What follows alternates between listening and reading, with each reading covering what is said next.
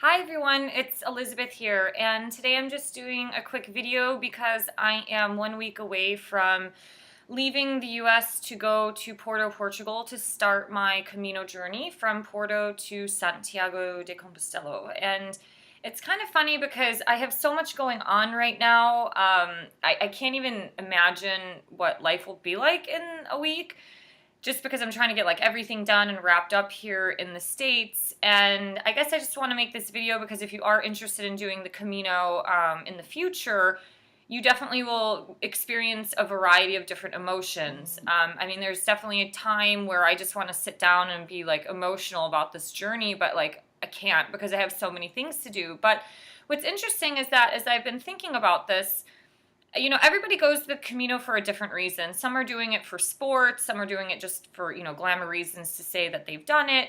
Other people are doing the Camino because they have cancer or, healing with grief situations. And, I obviously have my own journey. It's definitely like a healing process for me to heal up some wounds that I've had in the past and just to kind of overcome a really rough 2018. But the reality is some of the reason why that I'm going is because I normally travel for spiritual reasons and for spiritual development.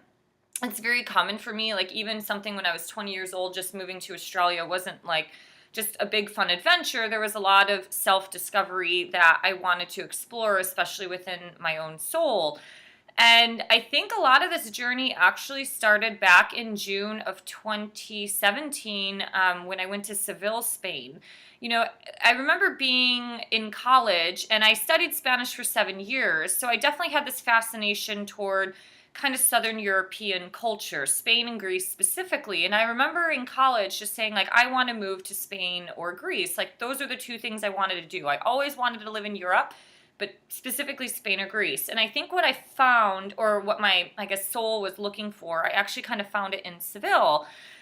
And it's funny how things kind of come full circle. So I've always been a spiritual person. I think I would consider myself a pretty godly person, but I used to just bash a lot of kind of Christianity, and throughout the time of living in Europe, you really see the differences of Christianity coming from its roots in Europe as compared to in America, where you have so many different brands and, versions of like the Bible and things like that. And so I definitely have found a growth process through like understanding the energetics of Christianity that's not necessarily coming from the organized religious structure, but definitely, Christ in terms of what he was trying to teach us with love thy neighbor, don't be a hypocrite, things like that, I think are really powerful messages. And if you look at certain actions of Christ, like the Roman Empire was the establishment, and Jesus was kind of the anti-establishment human being that came to planet Earth to teach us various lessons on kind of like a higher consciousness level, like following a lot of things that come from the heart and from the goodness of the human soul.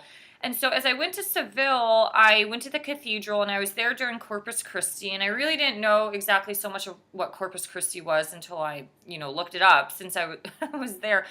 And I found myself just having this like emotional meltdown in the middle of this Corpus Christi event that happened in the main cathedral in Seville. And I was like, oh my God, this whole time I was like, I have been a Christian like this whole entire time. And that's a really hard thing to kind of admit and kind of come about. I mean, I live in Seattle. It's one of the most progressive, really liberal cities. And I think the Christianity communities here, like I'll go to yoga classes at St. Mark's Cathedral in Capitol Hill, and it's a very welcoming and accepting church, I guess I would say. They have different events that and programs that just welcome people from all walks of life. And so it's like the Christian communities here in Seattle, the little bit that I've been in touch with, are definitely very different as compared to other parts of America. And I think because of the more hard-lined,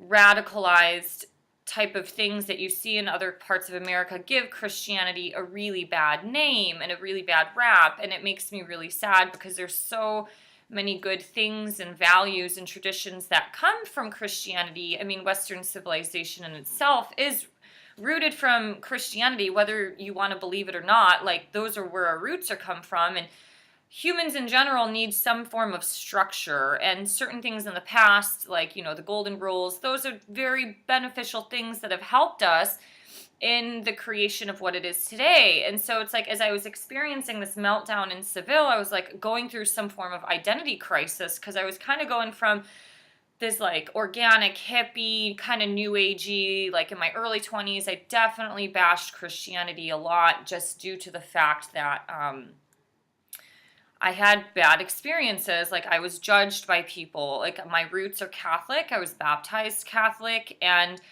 I don't know, it's almost like part of the Camino journey started like a year and a half ago. And what is funny is, because I've always wanted to do the Camino. This is something that's been like in me for at least like a decade. So it's just funny how the timing in life works out, especially because of something like a divorce and overcoming heartbreak and all that stuff and baggage that comes along with that. It's like, this is like a purge in its own way for me. And it's almost like a coming out of the closet type of thing, because on the Camino, I've been on these community threads and forums of the Camino, and what I've noticed is that there is definitely the same level of political BS and jargon that you find in that community as you find in the Burning Man community, or in other business operations, or with the organized structure of the church. There's people that are very welcoming and very empathetic, and there are some people who are like the spiritual, egotistical narcissists. It's like, well, I know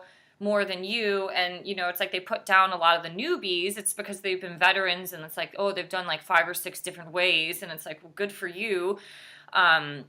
I don't want to make this a rant, but it's just interesting to kind of experience that, because like I'm very, very spiritual, but I have a very analytical and very scientific mind that is very rational. And so it's like, as I'm comparing all of this, I'm like, I kind of experienced the same thing with Burning Man, or I experienced the same thing with yoga. Like, the yoga I did in India back in 2007 was a very authentic form of yoga. It came from, it was Ashtanga yoga, but it was from a family who had a lineage of hundreds of years. And you kind of look at where I came from versus like people that did Mysore Ashtanga yoga. There definitely is a very big difference in the attitude. And so it's kind of like, now that the spiritual industry is the new and hip thing, like everyone's getting enlightened and finding themselves, you're still finding the pockets of BS that are in these communities that are just as judgmental as like your micromanaging boss, or just as judgmental as like certain organized religions,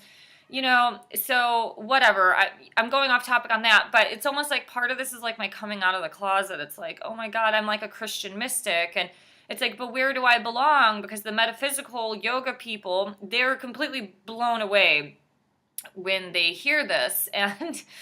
And then it's like, so I'm not really like fully accepted in that community, but then it's like the Christians are like, oh my God, like the mystical, metaphysical part of it, like, the astrotheology, theology, they kind of find it weird. They're like, no, you don't have connections to the stars because it's ran by dark forces. And, I have my own opinions on that. I think it's very unlikely to say that we're not interconnected to, the stars and the planets and the alignment and of the moon and certain phases of the moon. I mean, nature syncs itself up with some forms of like procreation and stuff, and humans in the past have reaped and sown seeds and reaped the harvest just based on the certain constellations in the sky, with Spica being the star that's in the wheat shaft of Virgo.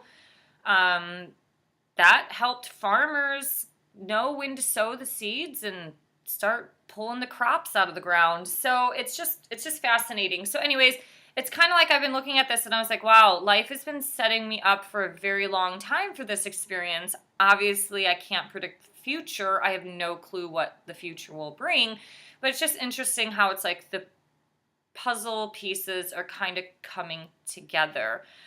I do have some angst. I still have no clue what I'm doing. I'm trying to upgrade a phone. I can't figure it out. I'm not a techie person. And so it's like all these logistical things. I'm like, ugh.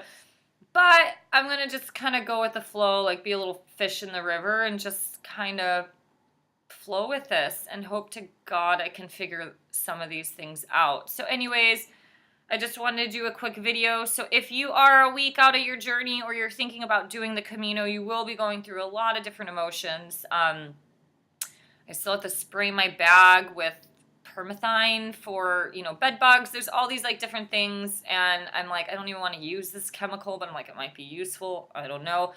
Anywho, but have a great day. Please subscribe below if you would like to discover more on the Camino. You can follow me on Facebook or just stay posted to YouTube. I'm only bringing my phone, so hopefully I can do more kind of speaking videos while I'm either at these farms or ranches or just out on the Camino in general, that you can kind of follow my journey through that. Probably after I'm done, I'll get more into the blogging piece of it. I don't want it to be like a work vacation. I want this to be a journey where I'm actually, connecting to nature and culture and stuff, and not worried about like busting out a blog like what happened today on Camino day 2. So anyways, have a great day. Thank you so much. And if you have any questions or comments, please post them in the row, and speak soon. Bye.